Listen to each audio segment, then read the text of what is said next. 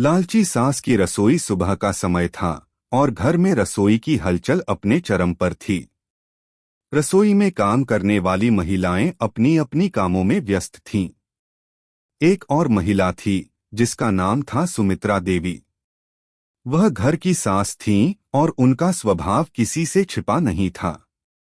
अपनी बहू से उनकी हमेशा नोकझोंक चलती रहती थी, क्योंकि सुमित्रा देवी का दिल कभी संतुष्ट नहीं होता था। खासकर उनकी बहू अनुराधा से वह हमेशा कुछ न कुछ शिकायत करती रहती थीं। उनकी सबसे बड़ी शिकायत यह थी कि बहू रसोई में कमाल का खाना नहीं बना पाती। अगर आप अपनी माँ से प्यार करते हो और उनको हमेशा खुश देखना चाहते हो तो चैनल को सब्सक्राइब करो, लाइक करो, हर हर महादेव कमेंट करो। बहुत ही जल्द आपको खुशखबरी मिलेगी। प्लीज वीडियो को लास्ट तक जरूर देखें। अब आगे सुने। सुमित्रा देवी की आदत थी कि हर छोटी सी बात पर वह शिकायत करती और अपना गुस्सा बहू पर निकाल देती। उन्हें अपनी बहू से यह उम्मीद थी कि वह उन्हें हर वक्त खुश रखने के लिए स्वादिष्ट और महंगे खाने तैयार करे। सुमित्रा देवी की ये आदतें घर में सभी के लिए परेशानी का कारण बन चुकी थीं, लेकिन वह खुद को सही मानती और यह नहीं समझती कि उनका बर्ताव गलत था। सुमित्रा देवी का लालच। एक दिन सुमित्रा देवी ने अपनी बहू अनुराधा को बुलाया और कहा, अनुराधा, तुम क्या समझती हो? रसोई में तुम्हारा हाथ बिल्कुल नहीं चलता। तुम्हें क्या लगता है कि घर में अच्छे खाने का इंतजाम केवल मुझे ही करना है?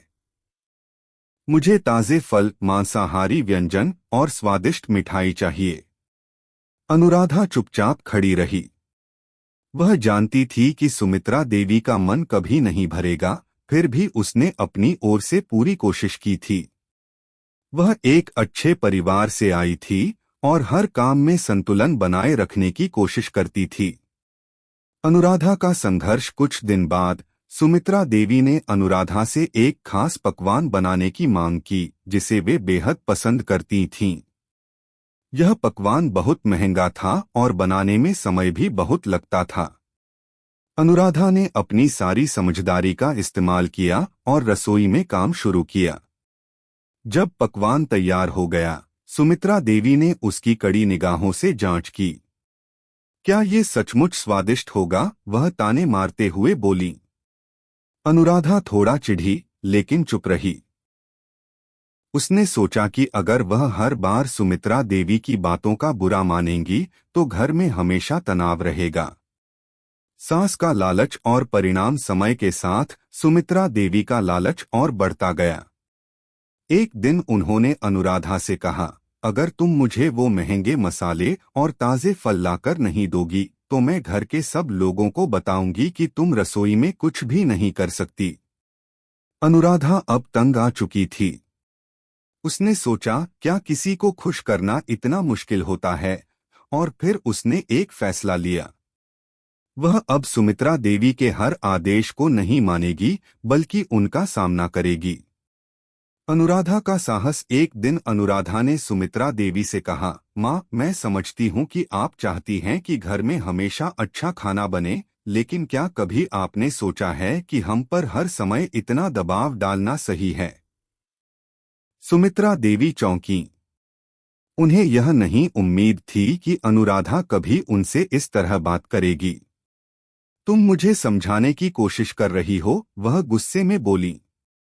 नहीं माँ, मैं आपको सिर्फ यह बताना चाहती हूँ कि घर का माहौल खुशमिजाज रहना चाहिए।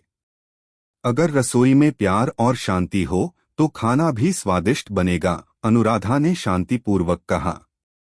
सास का बदलाव। सुमित्रा देवी को अनुराधा की बात समझ में आई।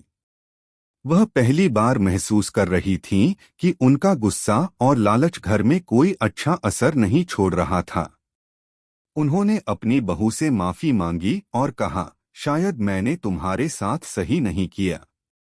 अब से हम मिलकर रसोई का काम करेंगे और खुश रहेंगे। इस बदलाव के साथ सुमित्रा देवी और अनुराधा के रिश्ते में मिठास आ गई। अब वे दोनों मिलकर रसोई में काम करती और घर का माहौल बहुत अच्छा हो गया। सुमित्रा देवी ने भी समझ लिया कि हर किसी का अपना तरीका होता है और कभी-कभी हमें दूसरों की भावनाओं का ख्याल रखना चाहिए। यह कहानी हमें यह सिखाती है कि किसी भी रिश्ते में समझदारी और सहनशीलता की जरूरत होती है। लालच और गुस्से से रिश्ते कमजोर होते हैं, लेकिन जब हम एक दूसरे की भावनाओं का सम्मान करते हैं तो हम अपने रिश्तों को मजबूत बना सकते हैं। कैसी लगी आपको कहानी? प्लीज कमेंट करो, लाइक करो, सब्सक्राइब करो। धन्यवाद।